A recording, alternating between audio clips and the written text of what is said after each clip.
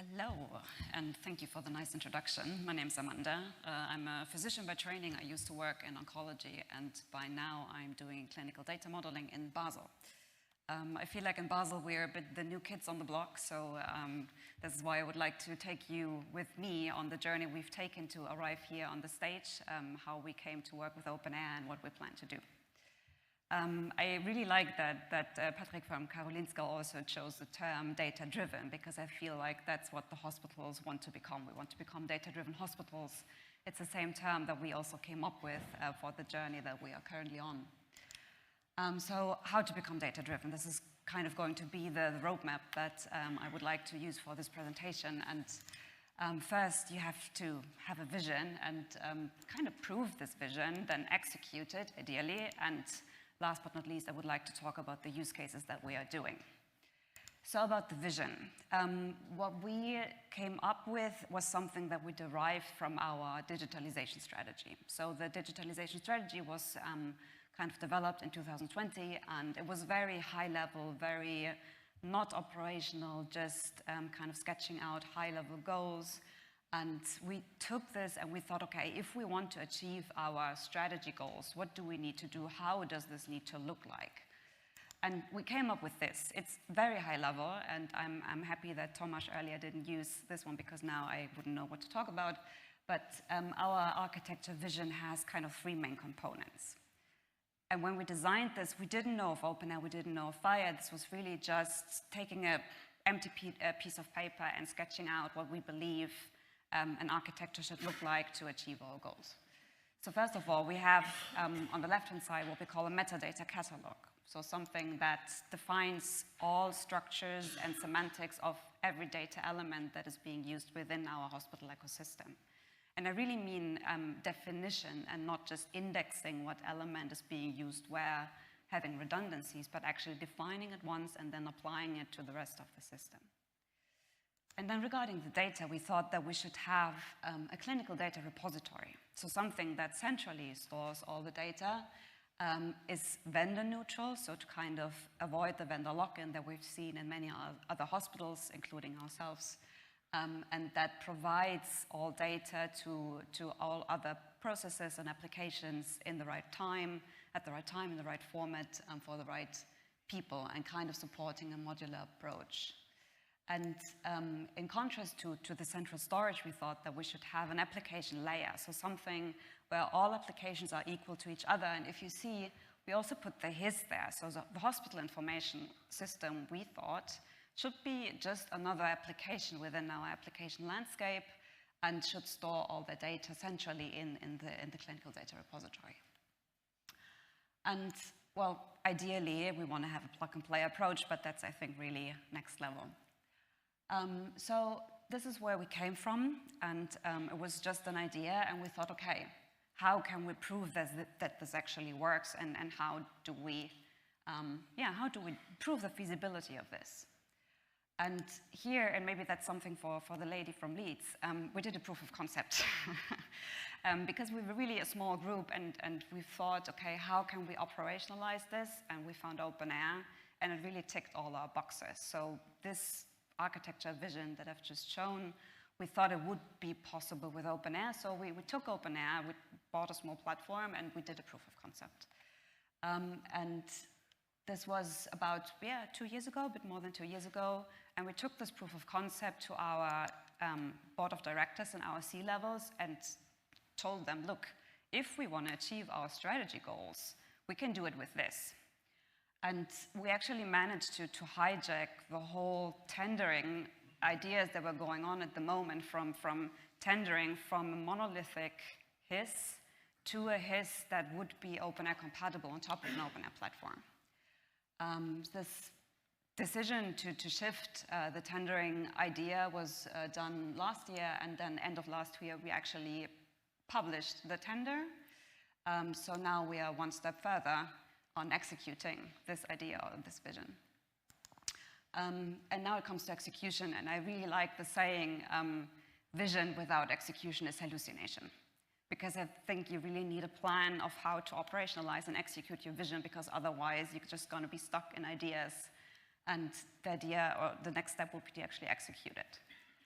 And to execute this, we will be needing tools, and we'll be needing governance, and we'll be needing people. So regarding the tools, the tendering for an openEHR platform, of course, is the first step. I'm going to be talking more about these different things in the next slides. And then the other obstacle or challenge is the governance, because the question is, are we there yet as an organization to deal with this? So we were thinking that the next step for us would be to actually look at it not just from the data perspective, but actually from an enterprise perspective, and dealing with our enterprise architecture management. And next, the people, the most important thing. So on the one hand, we need people to build the models and to kind of leverage the whole system. So we're currently building a team of healthcare professionals, mainly doctors inside IT, to build the data models not only, but also to talk to our customers on eye level. And I think that's a very important thing, that we need to become equal to each other in order to build good solutions. And on the other side, this talking to each other also requires that we deal what we call business relationship management, right? The relationship between us as an IT department to our customers, the clinicians and the nurses, and every person that works in the hospital with our data or is producing data. So really to work interdisciplinary along a patient care path, that's really, really important, we believe.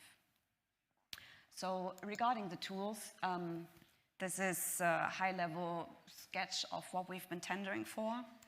So we have in green kind of the platform part that consists of a data platform, but we also wanted a tool suite that comes with it so that we are able to work or develop use cases on our own, not just to fill the gaps that are not being covered by the HIS, but also to be able to do fast development, to kind of do a rapid prototyping, to have something that we can give the clinicians to make their needs better understandable to us, and to iterate in a fast and, let's say, easy fashion. And then the set metadata catalog that gives us the tools to define the data that we want to use in our ecosystem, and then the terminology services in some sort of runtime environment. And the second part, well, it was the other way around, but we also tendered for the HIS in the same instance. So we were requiring, so us as customers to the market, we required that we want a HIS that speaks openEHR and that in the long run uses an openEHR platform as their main data storage for clinical data. This is something that we required, although we knew that not so many vendors might yet do it, but still we believed that this request would actually change the market. So where are we now? Well, the HIS part is unfortunately on hold at the moment due to some legal interference, but I'm very happy to say that we were able to directly award the platform part to Beta in September and are currently just finishing the contracts. So that's a big success for us. Next, the governance. So what does enterprise architecture management actually mean? It means that you look at, when you build your solution, you look at the different aspects to it. So there's something called architecture domains that can be business. So that means the processes, the workflows, the things that really happen inside the clinic. Also the data, because there's a connection. Because in every process, you have data that come along the way. So it's highly depending on each other. So it would make a lot of sense that if you document the process, you also document the data elements that come along with it to kind of understand how they're connected and how they should be built inside a solution together. And then next, the applications. So kind of understanding if I want to build a solution, what building blocks should I use to cover this or that aspect of it? So that you actually not start with the application and say, okay, what can I do? Well, I'm going to use it here.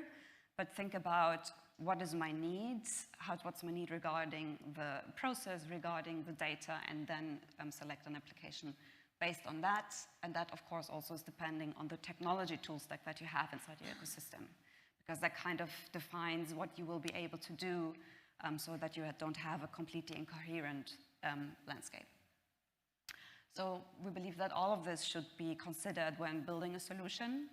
And that's kind of inside the solution building process. But what's also really important is understanding the people that are going to work with these solutions.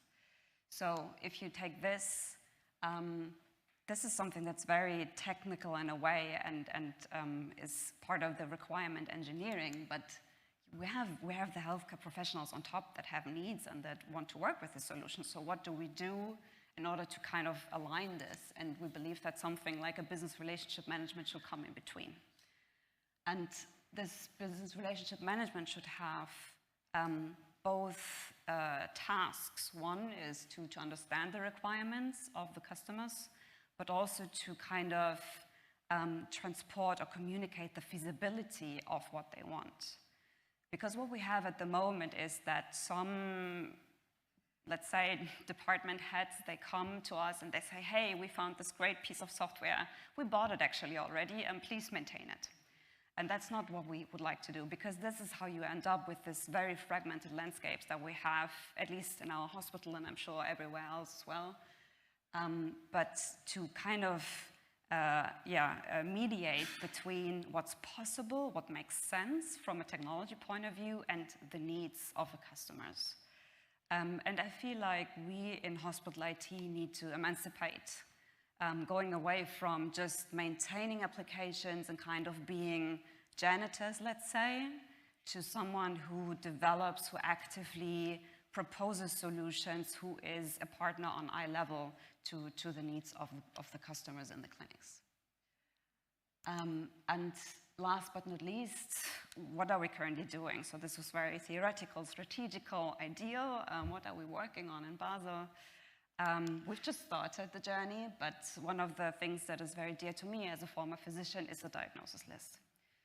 Because at the moment, if we look at the system we have, the diagnoses are siloed. You have them depending on cases, you have them depending on departments. So if you want to get an actual overview of what does this person have, like what happened to their body over the course of time, it's really hard to achieve that. So to me, the ideal would be to get one central diagnosis list that is up to date. So if I look at it today, I understand what the patient has suffered from up to this date. That doesn't have redundant entries and that kind of serves as a single source of truth. And since we are still a young team, we use this as an opportunity also to learn about openEHR. So we really have been digging into the reference model to understand how does it work with persistence and how can we make this happen. So it's a great way also to just understand the limitations and the chances that come with the reference model itself. And also we use this to collaborate Swiss-wide. So we have, for a year about now, we have a Swiss affiliate of openEHR International, and we use this as a platform to collaborate with other hospitals that are interested in openEHR, already have maybe bought a CDR, to gather the different kind of requirements and understand what the different paths are to build a good solution for everyone, so that we not just do the Basel way, but that ideally we have something that works for Switzerland in general. Then next, we do a project on multiple sclerosis. This was kind of coming from a research project called Clinova, for multiple sclerosis. It's a European-wide project, and what we are doing is we would like to use this to implement data capturing for research into clinical routine. Because at the moment, it's basically the patients come for their follow-up visit, they get through a number of clinical tests, examinations, and this is being documented on paper and then later on transferred to a research database, which of course is redundant work. So it would be nice if we could actually just capture the data from the clinical tests in the appointment itself, and then we can directly feed it into the research database. So this was kind of the idea why we thought, okay, we want to do this with openEHR, and for this we have developed 8 new archetypes for different neurological clinical assessments. We've done this together with Luxembourg, so we have like a review collaboration here. And we plan to publish this, or we already, I think, have published this to the international CKM. So we would really like to stick to the international standard, since we also get so much from it, right? So to me, it feels fair to pay that back and really contribute to the community. And this is also the way I personally would like to stay like this. So everything we do, we would like to share and keep public. And so whenever you feel like, hey, this is interesting, just give me an email and I'm happy to give you access to the GitHub repo. And next, of course, we also do AI. Everyone does. And I think the interesting thing here is that we kind of did this out of the hospital because the physicians were coming to us saying, hey, why not use ChatGPT or whatever? Because if it helps me find a recipe for chocolate cake, why can it not do something for my work, actually? So to kind of contain this excitement and let's say, direct it in the right channels, we've built this hospital-wide group to kind of understand what the needs are, but also channel it and manage the expectations. But the approach we first would like to take is actually to use structured data generated from an openEHR form and then feed it to an LLM that is locally hosted. So not just, or minimizing the chance of it hallucinating. It's very small, I know, but basically here we have a form for prostate cancer. It asks for different parameters regarding prostate cancer staging, and then these structured inputs are being fed through a prompt to a local LLM that is using the prostate cancer guidelines as a reference framework, and then asking for treatment recommendations, basically. So it's going through a process of, I think, just checking if the information is consistent, and then doing a risk profile, and then actually giving some treatment recommendations that then can be checked by physicians if they want to accept it or not. I mean, this is a proof of concept, it's research at this stage, but I think it's giving this promise of using structured data to give very reliable output from AI algorithms of any sorts. And last but not least, prompts, I think, is also something that's a very hot topic at the moment. In Basel, we also needed to find a new solution for our prompts software or use case. And since we know that this is kind of a very good way of selling openEHR to the hospital, we thought, okay, we'll do the same thing that the Christies did, and we're going to do prompts with openEHR. So we use this to kind of show the innovative power of openEHR, because we want to do this with a Swiss startup. So they're going to provide the interface and kind of the scheduling engine, and we want to provide then the openEHR templates for the prompts itself. But not just that, we felt like since everyone is doing prompts, it would be kind of nice to work on modeling guidelines for prompts together internationally. So we've been reaching out to different partners, and it's really cool, and I think that speaks for this community that very quickly we got people from Norway, from the UK, even from Australia together to kind of think, okay, how can we write these modeling guidelines? How can we get this on the way and publish this so that it's available for everyone, but we also get some kind of governance into the way things are being done at the moment. And that's it from my side. Thank you very much. I'm happy to answer some questions, and if not, then if we don't have the time, please feel free to reach out via email or on LinkedIn. Thank you.